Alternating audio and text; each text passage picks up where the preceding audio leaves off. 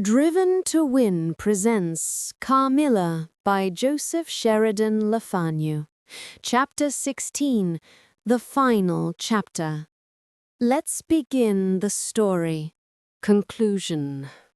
I write all this, you suppose, with composure, but far from it. I cannot think of it without agitation. Nothing but your earnest desire, so repeatedly expressed, could have induced me to sit down to a task that has unstrung my nerves for months to come, and re-induced a shadow of the unspeakable horror which years after my deliverance continued to make my days and nights dreadful, and solitude insupportably terrific. Let me add a word or two about that quaint Baron Vondenberg, to whose curious lore we were indebted for the discovery of the Countess Mircalla's grave. He had taken up his abode in Gratz, where, living upon a mere pittance, which was all that remained to him of the once princely estates of his family in Upper Styria, he devoted himself to the minute and laborious investigation of the marvelously authenticated tradition of vampirism. He had at his fingertips all the great and little works upon the subject: Magia Posthuma, Phlegon de Mirabilissa, Augustinus de Cura Pro Mortis, Philosophical and Christian Cognitations by John Christopher Herenberg, and 1,000 others, among which I remember only a few of those which he lent to my father. He had a voluminous digest of all the judicial cases, from which he had extracted a system of principles that appear to govern, some always and others only occasionally, the condition of the vampire. I may mention in passing that the deadly pallor attributed to that sort of revenants is a mere melodramatic fiction. They present in the grave, and when they show themselves in human society, the appearance of healthy life. When disclosed to light in their coffins, they exhibit all the symptoms that are enumerated as those which proved the vampire life of the long-dead Countess Karnstein. How they escape from their graves and return to them for certain hours every day, without displacing the clay or leaving any trace of disturbance in the state of the coffin or the cerements, has always been admitted to be utterly inexplicable. The amphibious existence of the vampire is sustained by daily renewed slumber in the grave. Its horrible lust for living blood supplies the vigor of its waking existence. The vampire is prone to be fascinated with an engrossing vehemence resembling the passion of love by particular persons. In pursuit of these it will exercise inexhaustible patience and stratagem, for access to a particular object may be obstructed in 100 ways.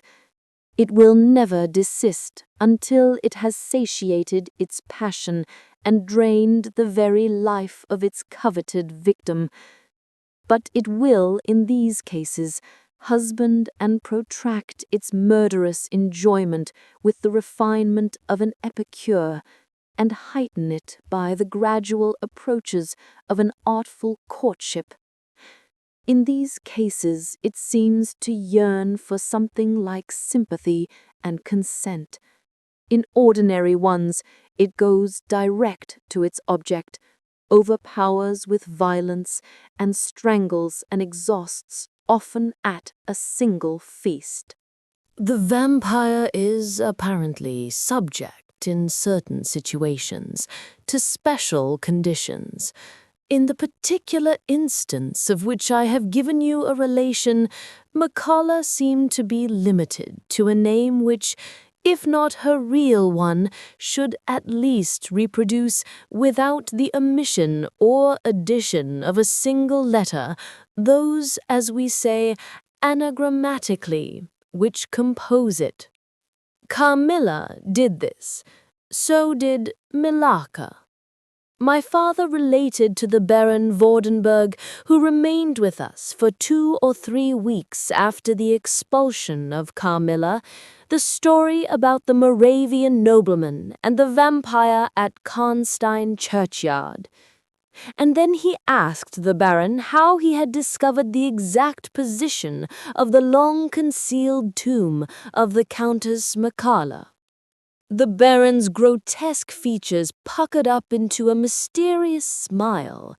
He looked down, still smiling on his worn spectacle case, and fumbled with it. Then, looking up, he said, "I have many journals and other papers written by that remarkable man. The most curious among them is one treating of the visit of which you speak to Karnstein. The tradition, of course, discolors and distorts a little. He might have been termed a Moravian nobleman, for he had changed his abode to that territory, and was, beside, a noble.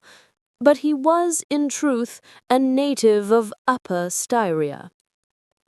It is enough to say that in very early youth he had been a passionate and favoured lover of the beautiful Makala, Countess Karnstein.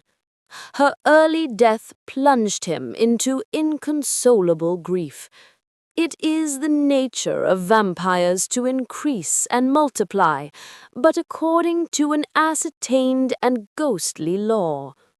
Assume, at starting, a territory perfectly free from that pest. How does it begin, and how does it multiply itself? I will tell you. A person, more or less wicked, puts an end to himself. A suicide, under certain circumstances, becomes a vampire. That spectre visits living people in their slumbers. They die, and almost invariably, in the grave, develop into vampires. This happened in the case of the beautiful Makala, who was haunted by one of those demons. My ancestor, Vordenberg, whose title I still bear, soon discovered this, and in the course of the studies to which he devoted himself, learned a great deal more. Among other things, he concluded that suspicion of vampirism would probably fall, sooner or later, upon the dead Countess, who in life had been his idol. He conceived a horror, be she what she might, of her remains being profaned by the outrage of a posthumous execution. He has left a curious paper to prove that the vampire, on its expulsion from its amphibious existence, is projected into a far more horrible life, and he resolved to save his once beloved Makala from this. He adopted the stratagem of a journey here, a pretended removal of her remains, and a real obliteration of her monument. When age had stolen upon him, and from the veil of years he looked back on the scenes he was leaving, he considered in a different spirit what he had done, and a horror took possession of him. He made the tracings and notes which have guided me to the very spot, and drew up a confession of the deception that he had practiced. If he had intended any further action in this matter, death prevented him, and the hand of a remote descendant has, too late for many, directed the pursuit to the lair of the beast. We talked a little more, And among other things he said was this: "One sign of the vampire is the power of the hand. The slender hand of Mircalla closed like a vice of steel on the general's wrist when he raised the hatchet to strike. But its power is not confined to its grasp. It leaves a numbness in the limb it seizes, which is slowly, if ever, recovered from." The following spring, my father took me a tour through Italy. We remained away for more than a year. It was long before the terror of recent events subsided, and to this hour the image of Carmilla returns to memory with ambiguous alternations. Sometimes the playful, languid, beautiful girl, sometimes the writhing fiend I saw in the ruined church, and often from a reverie I have started fancying I heard the light step of Carmilla at the drawing-room door. And that brings us to the end of Carmilla by Joseph Sheridan Le Fanu, a timeless Gothic tale of mystery, fear, and fascination. Thank you for listening to the complete audiobook series. Stay connected with Driven to Win for more classic stories, and don't forget to like, subscribe, and share.